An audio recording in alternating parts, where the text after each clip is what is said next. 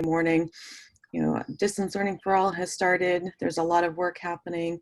I'm incredibly grateful for people's time for showing up this morning with us. So we have a bunch of information that we're going to try and get through, and we will walk through as much as we can, and then there's some spaces where we're going to stop and pause and allow for questions and clarity. Mary, can we go to the next slide, please? So today we're going to start thinking about where we are in context of this pandemic and what's happening around the nation and here in Oregon. We're going to spend some time and some technical work unpacking the Specially Designed Instruction Toolkit. This was created out of conversations that we had last week, where there was definitely asks for clear examples and abilities for people to problem solve through this. In that, there's also a new tool that districts will be able to use, and we'll talk about that, and that's the Emergency Contingency Plan. And then we'll do some open sharing and problem solving where you can hear from each other on things and ideas that people have and what's working well. And then if you have further questions about the toolkit, we should have time to get through that. So while this quote is up, I'm going to let you read it. I think it's really important to think about the context of who we are when we've been special ed directors for a moment or for a few decades. We have been those leaders that have been fighting for change. We've been fighting for the inequities and the impression of our system to be righted. And we're strong, and we know that what we're seeing is a disproportionate change for the students who experience disability across the state. And I want to amplify and echo a couple of things this morning before we get started in thinking about the tone of the day.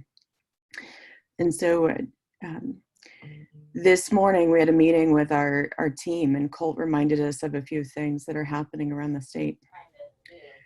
This pandemic has had a varied effect on our communities of color.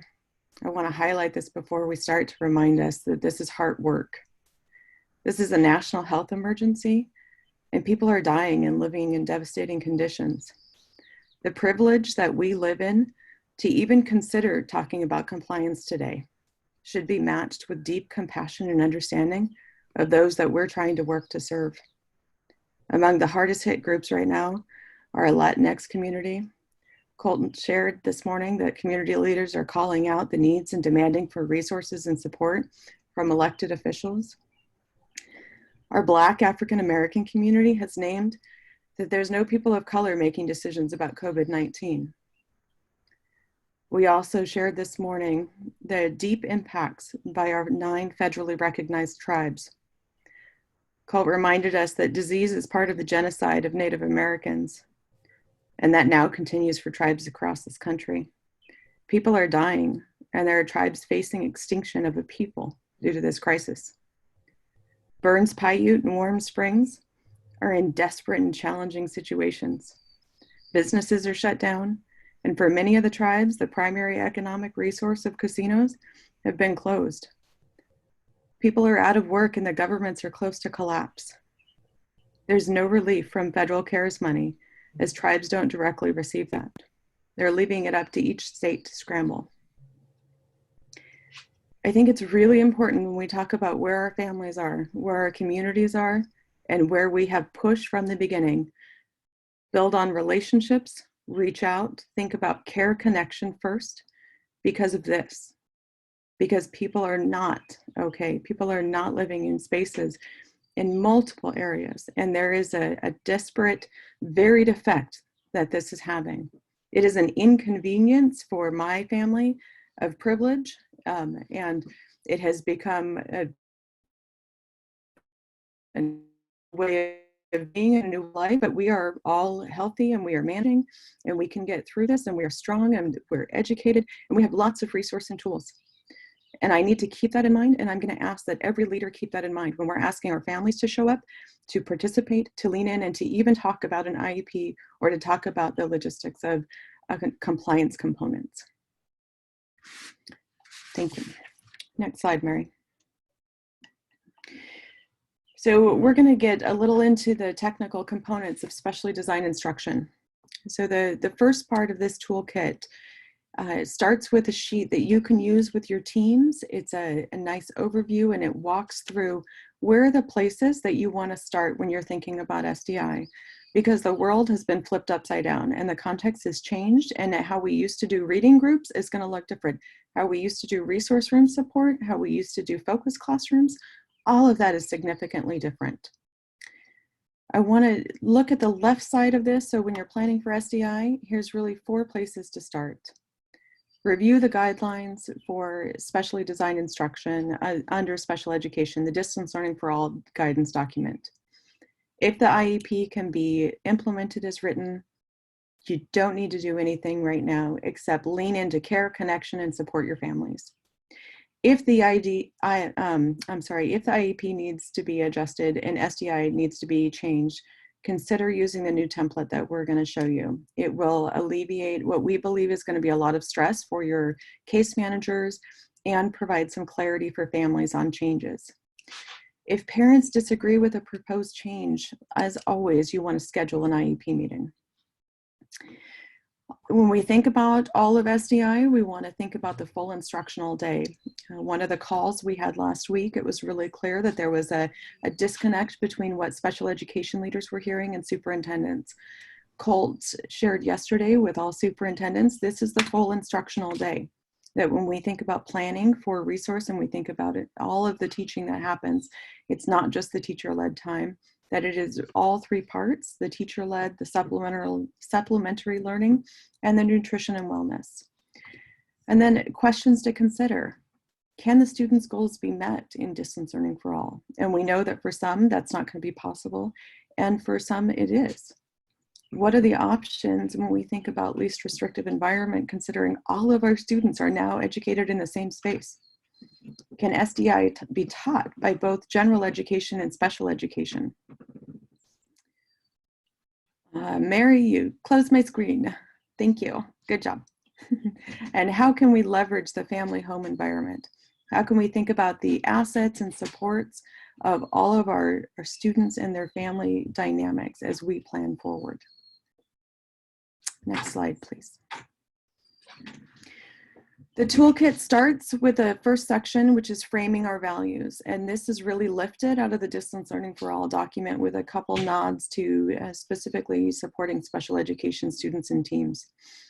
We acknowledge that the public education system as it is was already problematic, and that it was designed to serve some and not others, and that our students who experienced disability already had outcomes that were not equal to their peers who had typical learning experiences. And it's true that in this pandemic, in this closure, there is potential for our students to suffer greater. And so special education teachers and teams, we've worked for decades already to erode these inequities. And during this time, we're going to have to lean in and hold the gap and fill in even more. Next slide, please.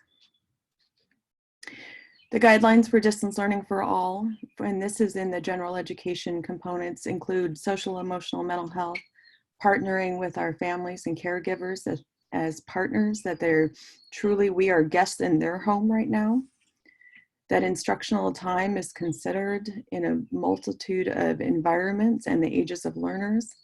The equity and access of UDL is brought to the forefront. This was also highlighted yesterday. Don from Beaverton shared how this was a perfect example in time for his teams to start where they are and start learning. Even if they have never talked about UDL, they didn't know where it was. The framework doesn't expect everybody to be at perfection. It expects us to lean in and start having conversations. Next slide, please. The operational and administrative logistics of this are attendance and reporting, thinking about how students are accessing that. And then the teacher-led learning time is bolstered by other opportunities throughout the day.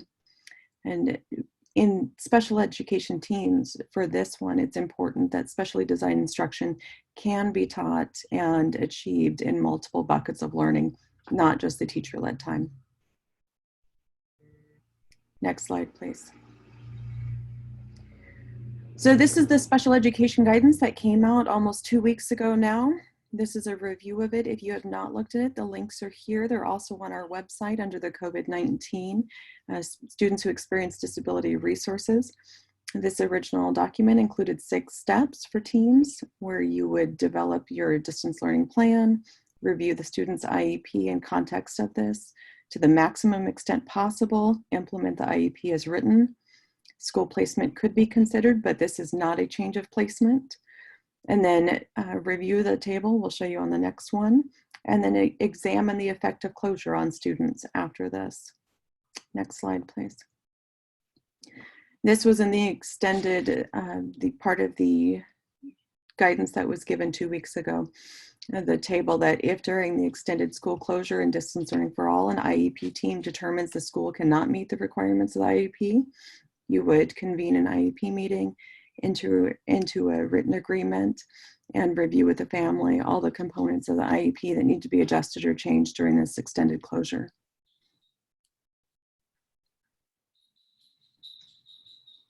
Next slide, please. The second section of this toolkit really digs into the possibilities that teams have. And so if you've been stuck or your teams have been stuck in thinking about how this could work, how could we possibly implement SDI? I would encourage you to take this with your special ed teams to think through this section in particular, section 2. Review the student's unique disability in relationship to the context of learning. For many of our students, this closure represents the first time in their educational history where they're included as the same extent as their peers without disabilities. They're sitting at the kitchen table oftentimes with their siblings who maybe were taught in a non-self-contained class, and now they're sitting together. So this presents an opportunity for us to think, really be creative and bold and think about what are the options we have for learning and how do we leverage the assets of each learner. Next slide, please. When you review specially designed instruction with this time, it's important to think about the service type, which is in alignment with your goals. The minutes are written based on the unique needs of the student and the goals. The location is not going to matter because everybody's taught in the same location right now, not by design of an IEP team or a school, but by this national pandemic closure. So similar to placement, we're recommending that you not change the location, that's not a needed change because it's a global effect and that nobody's making that decision for a team. The provider also will not need to be amended if it's LEA or ESD. If you have another provider listed, you may need to consider that, but most often we see LEA and ESD for provider. Next slide, please. Some key questions to consider when you're thinking about implementing SDI. What were you in the process of teaching before schools closed? What activities did you have planned? What standards were going to be covered? Were there task analysis, schedules, first then boards? Can those be sent home to the families? Can they be gathered from school? Can they be mailed? What goals are no longer relevant? Or what needs to be approached differently if the goal remains the same? And I added this, so much of what we hear and the fear people have is that an understanding or a belief that SDI must look and feel one way. And I'll remind you that this quote came from the US Department of Ed that during this pandemic, that it's important to emphasize that federal disability law allows for flexibility in determining how to meet the individual needs of students with disabilities. It should never be prescribed. It should never be one way is going to be the appropriate way.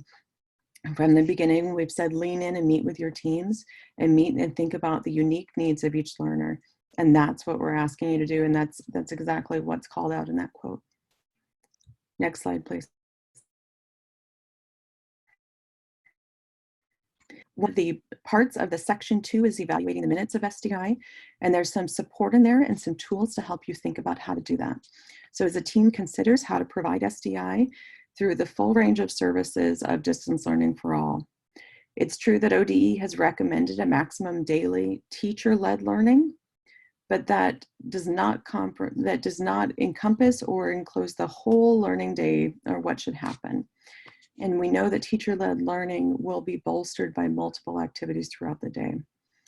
And when we think about SDI, one of the areas it could be is in that teacher-led learning through the general education time with the general education support, given the right conditions and partnership with special ed and gen ed. This could also mirror the school day in many times where we have students who receive SDI during recess, peer interaction, lunch times, right? SDI has never been limited to one-to-one teacher direct instruction.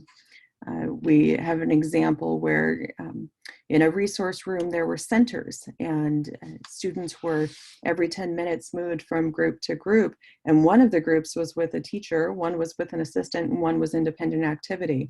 So really that teacher-led time was never one-to-one. The SDI was never always one-to-one correspondence with the instructor, but it is teaching, planning, designing, instruction to the benefit of the student with the disability in mind. Next slide, please. In this is a first grade example. This is not meant to be a way that it has to be. This is an example for teams who have not yet been able to plan or decide how this could look. This is a student who has some complex learning needs, and so you can see a lot of minutes of SDI and how those can be broke out. And there's a lot of discussion around, in our schoolhouses, we would never assign parents to be the providers of SDI, or we would never say under the guidance or the watch of parents.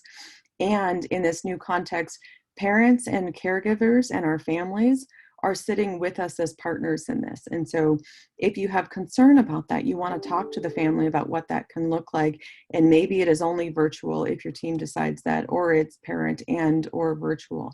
We've seen a number of parents who are showing up saying, for the first time, I'm understanding what this looks like for my child in this context, and that's helping me through this. Please don't keep me out of that. And so I think it's going to be individual. I will also share that this is only appropriate given the context of extended closure. When school resumes in the at some point, we're hoping in the fall, that we would return to what we believe SDI is, where parents are not always brought into the instructional part of SDI, but as partners through the planning process. This is really as much coverage as the department can provide to districts. And I will share that if a parent complaint comes out of this, we've been working with our partners, that it would, this is intentional guidance from the department. And so the parent complaint at a state level complaint would not go past that threshold because the department has issued this guidance. If it moves beyond the state level complaint to an ALJ or federal court, our jurisdiction does not extend to that. And so then other parts of the IEP process under IDEA would be in play. Next slide, please. When you're thinking about SDI, note that this represents a different take on how districts choose to implement the IEP. As we said earlier, there's no one right way to provide support for students, and we strongly encourage innovation and iteration in this process. First, focus on the relationship, the care and connection of our families. Next, think about where they are, connect with them. And lastly in the toolkit is compliance. And it's last on purpose because we want you to be thinking about all of those other pieces first. Each student that we serve will experience this school closure differently. And our job first is to provide care and connection and then focus on instruction. Next slide, please. There's some other great resources and activities that we've borrowed and adjusted and implemented from different states and different entities around the states. And this one was from Ohio, and they had some great practical examples of questions of what could this look like for functional and transitional activities. And so if you haven't been in this toolkit, there are many sections of questions and things that your team can consider, including suggestions for movement, some simulating activities, cooking, building projects, organizing. I heard one district, Dayton, shared with us, they're sending kits and sensory boxes home to their students. And so they have projects, and the teacher can then work with them and virtually or over the phone and say, okay, pick this up, and what are we going to do with this? And thinking about how they support the family through that. Next slide, please. So the third section is really, this is where we get into the components of compliance. And so I'm going to remind you that we believe first that most IEPs can be implemented as written.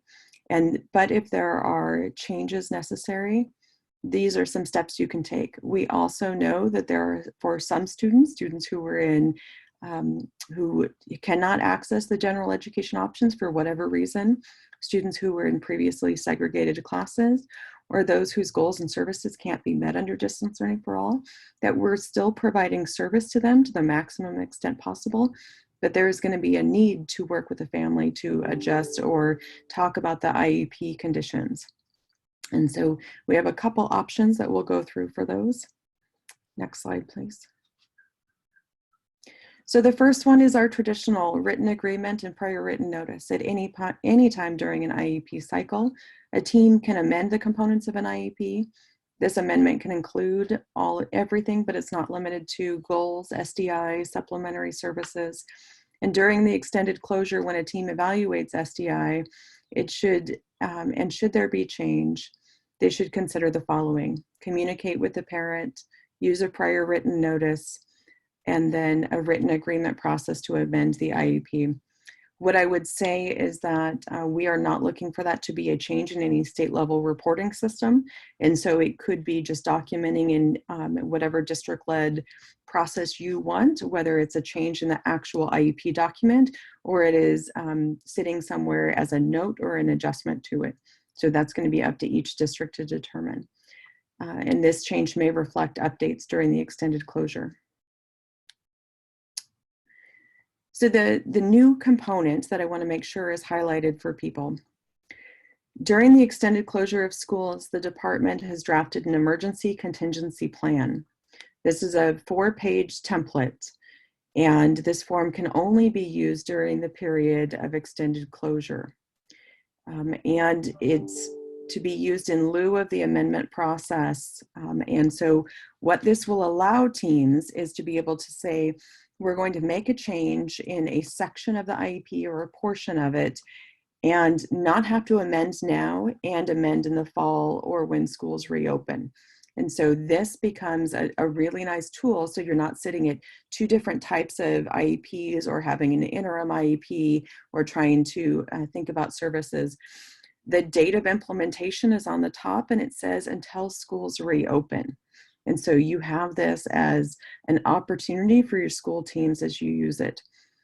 I would say that this should be a lot of clarity for your school teams and families. The intent of this is to provide notice and a clear communication tool for families to understand what is a change in service during the closure, and kind of outline the steps through it. Next slide, please. So it should be completed with the distance learning plan for all in mind. And for each section, it's recommended that if there's a change to what was already established in the IEP, that's where you're noting it in this form. This doesn't need to be a complete rewrite of the IEP. We wouldn't ask you to copy all sections back into this, because I think that's not going to be very helpful for families. This is really to be used in partnership with your existing IEP. And so the team can look at it and say, this was the IEP when we were in our schoolhouse.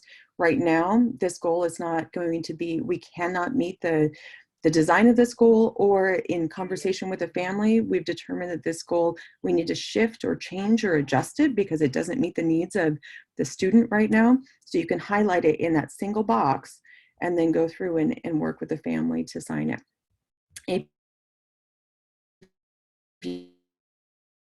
Sections that it's not applicable, you could say no changes, see attached IEP or something similar. Again, the intention of this is to provide clarity to the family on changes during this closure. Next slide, please.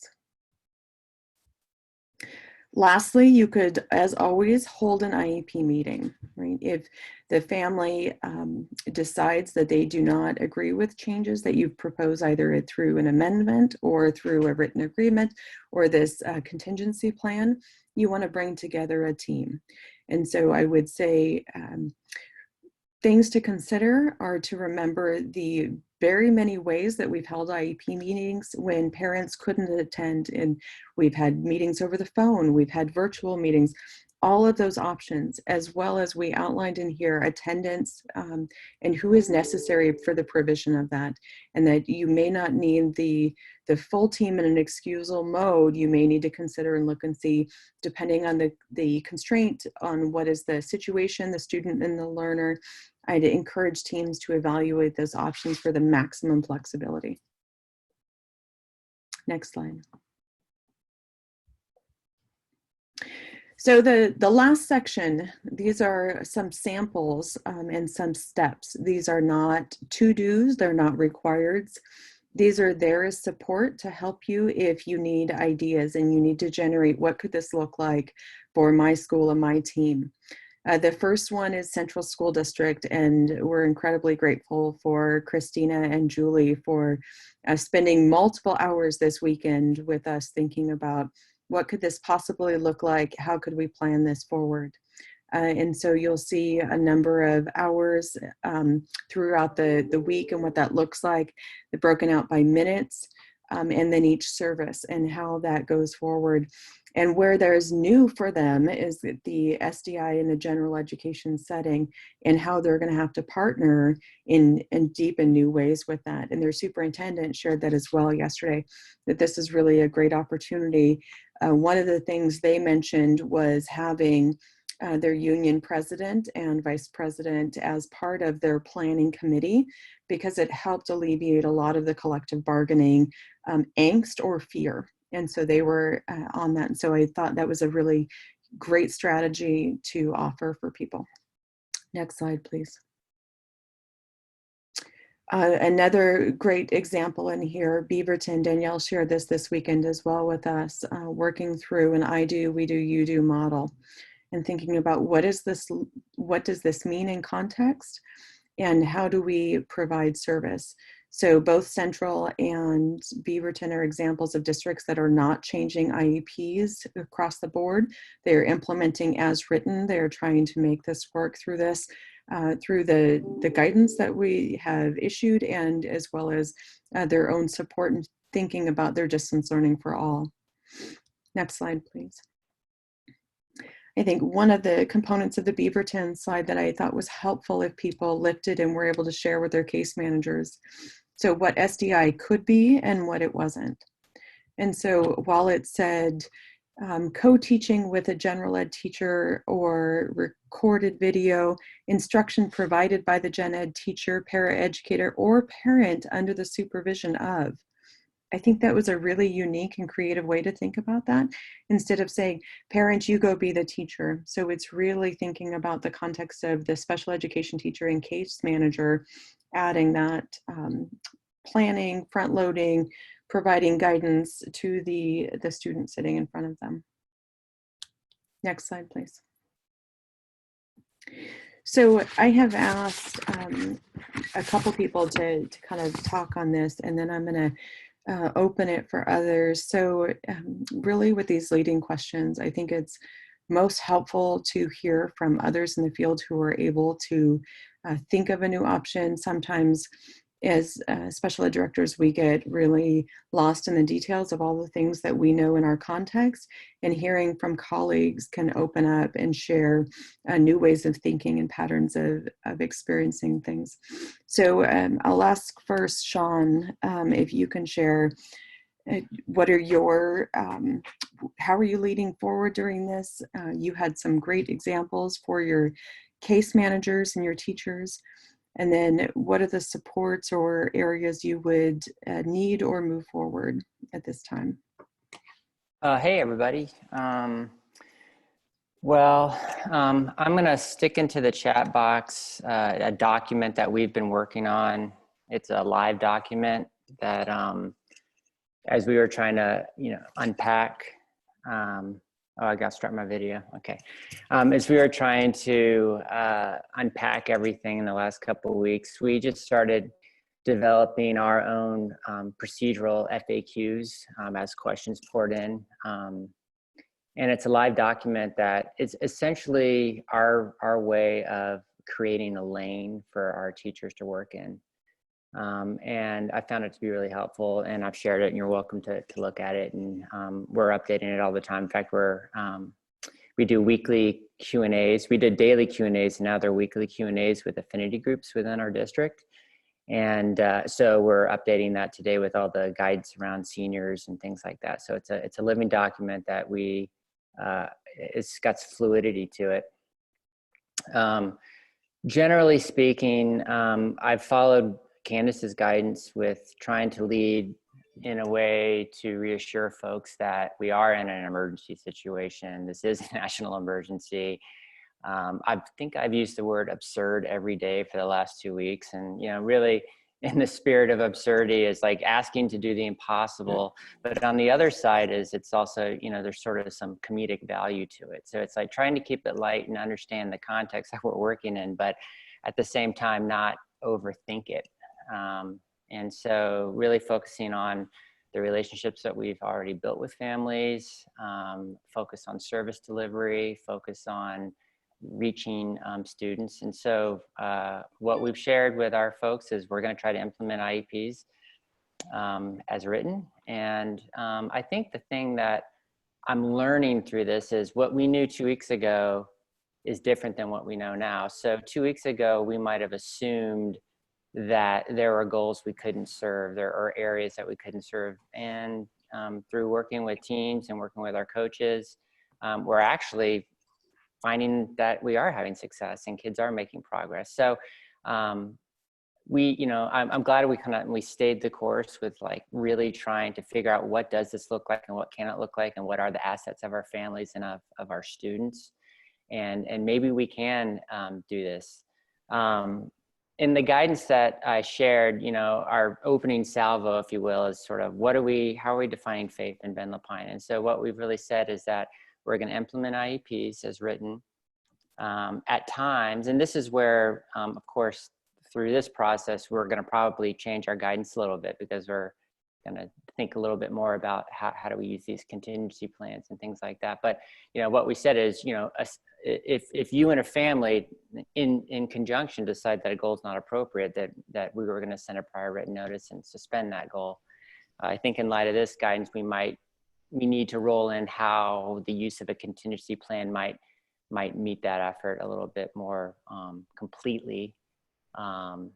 And then we are always going to, if needed, later, once we realize or understand that A, a student's not making progress, or that B, we can't actually do a goal or meet the goal, is to start amending IEPs and look at that. Mm-hmm.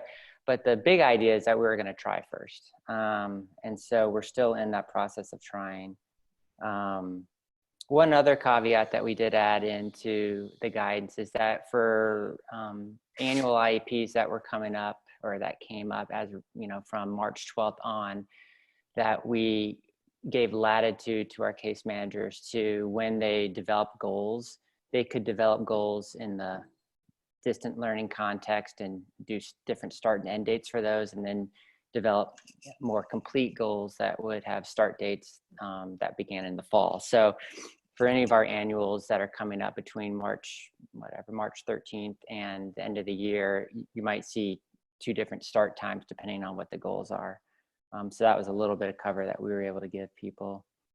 We also have allowed maximum flexibility to our evaluation processes. So we didn't have a process before where you could waive reevaluation, but we've added that. And we'll just do it during this COVID time. And then we'll probably, as a district, take that back off the table because I don't think it's necessary in non-COVID times. So anything like that, we've just sort of like tried to give maximum flexibility to help out families and staff members around that and ease their concerns. And the last thing I would say is that, it's a we're kind of approaching this from a broad lens of let's see and let's try. And what I want to say is thank you for the districts that did send in those sample plans where we're, again, really starting to say, well, how could this look? What are some different ideas? And again, in 2 weeks, we're going to know a lot more than what we know now. So I'm actually quite hopeful that that we're going to be able to do that we're going to be able to serve most of our kids. And lastly, you know, the families that communicate their needs to us very directly are still doing that. So none of that's changed. So we'll be able to work with those families the same way we always have, and I don't see that as changing in any way. So anyway, that's our take on it. Thank you. Yeah. Autumn, I also spoke to you last night about being able to share what you're doing in Dallas.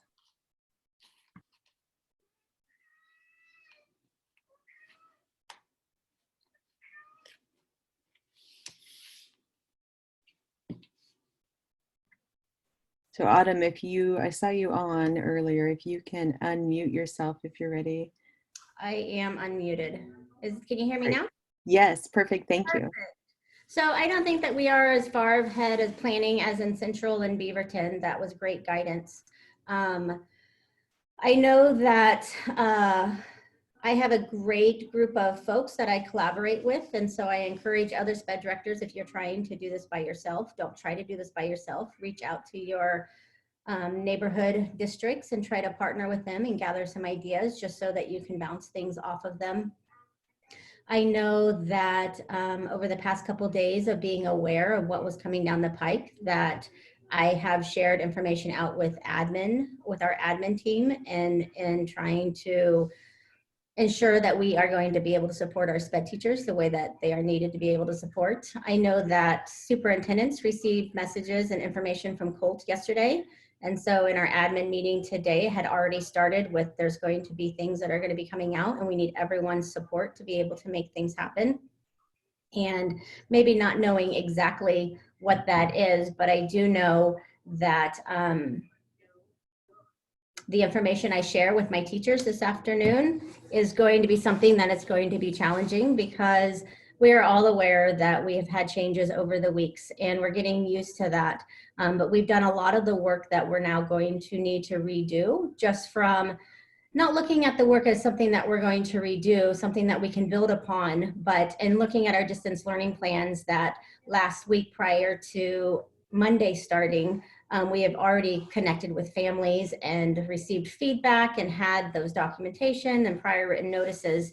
And so we're going to need to be able to support our families and let them know that there are additional changes, but it's not something that we didn't already plan, because we knew what we were starting with on the 13th would probably look different every single week as we get better at what we're doing in our craft, that we could provide improvements.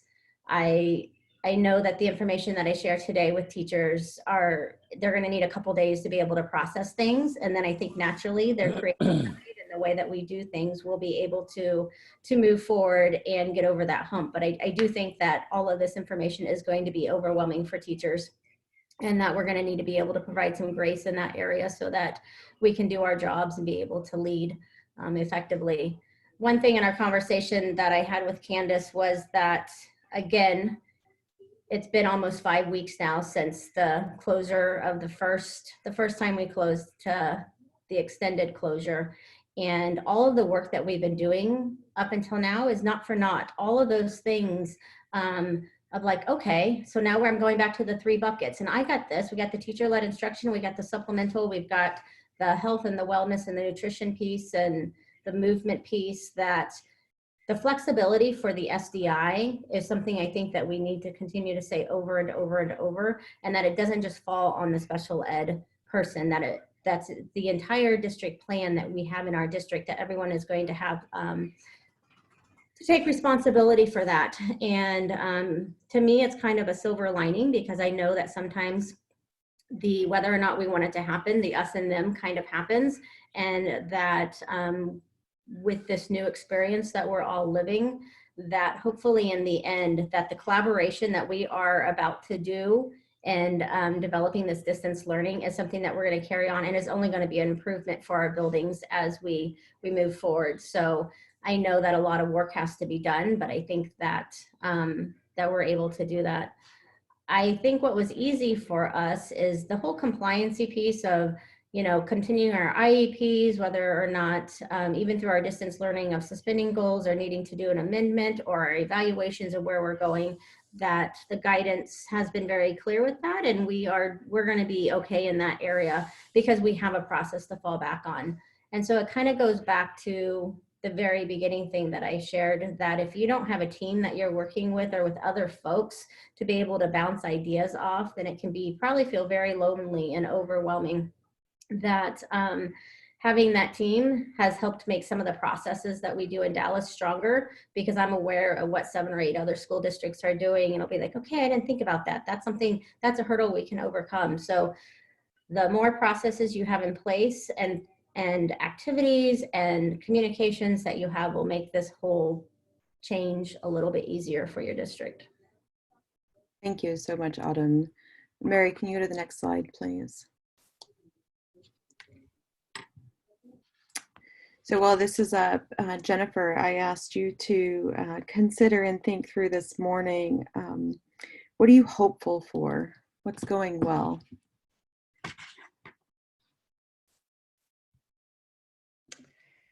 Well, thanks so much, Candace. And I appreciate how you framed today and just reminding us about the privilege that we're in as we approach this work, as challenging as it is. And I'm really thankful for colleagues and just getting to hear how different folks are approaching this. It makes me hopeful to see, you know, that beautiful plan laid out from Danielle about a way of thinking about it, hearing how Sean and Autumn are moving through things, and to just know that, you know, we've got this, we'll get there. I'm really hopeful in terms of the relationships and reaction we're getting from most families. Yes, there are some families that Sean reminds us they're probably the same families that had a lot of questions in brick and mortar time that we're working through. And I think having this emergency contingency plan option will be very helpful, be a good tool in our toolkit to try to move through those conversations with families. But most of our families are so incredibly gracious and thankful that we're trying, and that they're feeling that emphasis on connection and support for their children. The other thing that I'm really hopeful about, and I really understand that every district is in a different place in thinking about understanding that lens of UDL.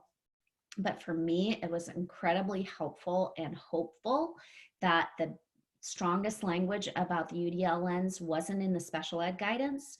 It was in the guidance for all administrators and in the distance learning for all. I think that was a powerful stance. And for me, even with my own team, and I have great colleagues that I work with in the teaching and learning department, but to be able to step back and say, you guys, you know, you can't wait for me to lead this.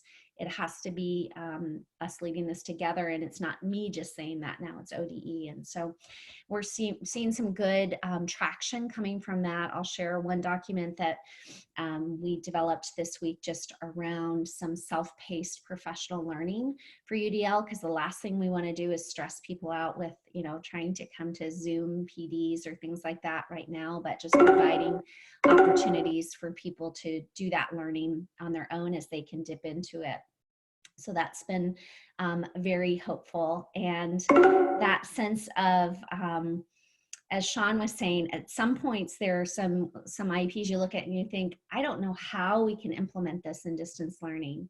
But as we get creative together and just start allowing for some brainstorming and some other ways of thinking, we're seeing some pretty exciting things move forward. And I'll just share one last little story about a kiddo named Georgie in one of our schools, and his mom has been very open about me sharing his story, who has come a long way from when we started kindergarten, where we could barely get him safely through the door, to how he's built a real connection and with his classmates and with the curriculum that's going forward, even as he uses his AAC device. And he was it was on Google Classroom. I got a screenshot of all the kids were uploading videos of themselves reading their writing into Google Classroom. And so his mom had uploaded the video of him using his AAC device to talk about his experience of stay home. And that was uploaded just alongside everyone else's. And he got comments from kids about his writing and reading that forward in the same way as other kids did. And it just brought great joy to us, even in the midst of all of this challenge. So I'm thankful for colleagues. I'm thankful for our teachers that are doing heroic work. And I'm so thankful for our families and for the way we're coming into this arm in arm. Thank you so much, everybody, for sharing. I think a lot of what we have to lean into is hope and really build on the skills and assets we have as leaders, and to guide and set the tone for our teams, knowing that they're going to be scared and they're going to be fearful, and that, you know, they have a lot of decades of fear, but that really we can lead and lean forward with setting the tone, setting the standard for care and connection first. And so, you know, I hope that each of you can take that out of today. Like, there's a lot of tools in this. There's a lot of technical components, but the biggest thing is to be calm, to remain steadfast, to stand in the gap for our kids, and to lead forward. Right? So I think our last slide, Mary. Oh, yep, that was our last slide. So, I mean, now we can open it up to any questions people had. We had some posted. I think we answered a number of those. Some of them, you know, before have been, if a parent is just refusing right now, saying this is, you know, I'm in one of those situations where I cannot consider any part of that, that you would document that, and then you would send a stand ready letter. Like, we hear you. We are with you. We stand ready to serve you. I would also encourage you and your school team to continue to reach out to that family to see what are the supports that we can provide them as a district. What are the infrastructure things they may need? How can we help them? You know, even small stories. My sister's a Head Start teacher here, and she's been connecting with her families, and 2 of them were just out of toilet paper. And so even taking and handing and, you know, finding them across the fence and saying, like, how can we help you through this? You know, that we can be not just the teachers or instructors, but sitting to provide even when the basic need is the one that's getting in the way of the next step. And so I would encourage everybody to lean into that plan. So we will open up now. If you have questions, you can unmute yourself. We have another 10 minutes here together in our time. People can share those questions. And another thing I will note is that I heard quite a bit yesterday that people didn't know about the webinars and didn't know about my messages. And so if you do not have that information, you can send me an email, or you can send Mary an email, and hers was linked on here earlier. And we will get you on our listserv, because those are all going right now through the listserv for special education. So it hits over 350 people. But if you're not there, that's where you can get the most updated information as I send things. And you'll hear also the links for the webinars and new guidance as it comes out.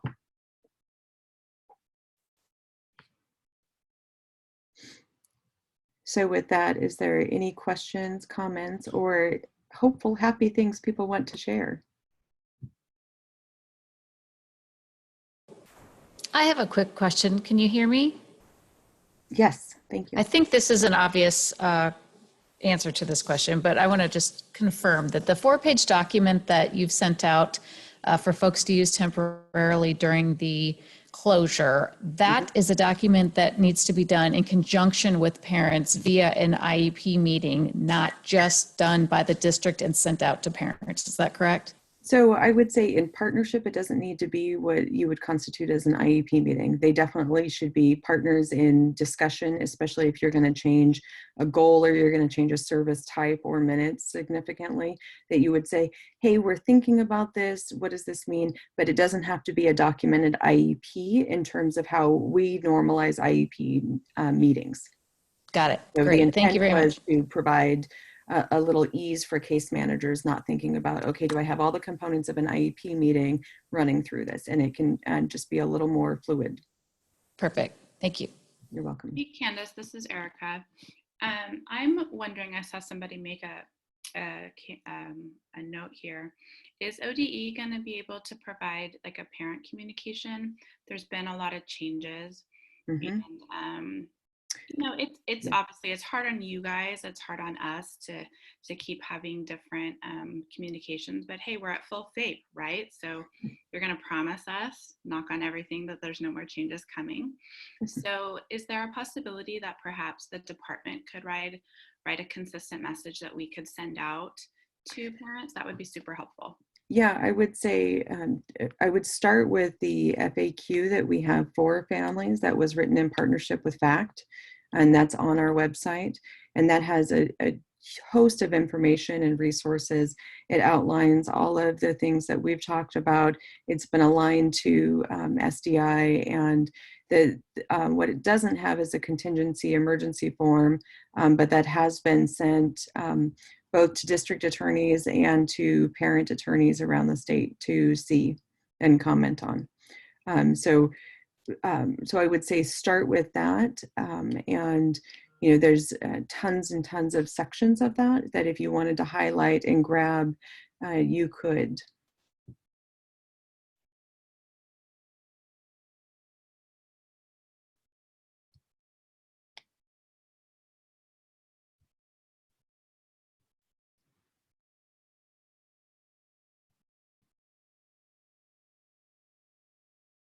Okay, we'll do some pausing and waiting for another couple minutes. And any other comments? Deep appreciation for Sean and Autumn and Jennifer for sharing, and for Central and Beaverton for being willing to be on the spotlight early. I mean, it's hard to be the first ones, and they were willing to be vulnerable and share that. So thank you, everybody, for that work. Okay, with no more questions or comments, we're going to leave you a few minutes early. Again, if you have any concerns or questions, you can email me directly, or you can email Mary to get on the listserv. Thank you, everybody. Take care.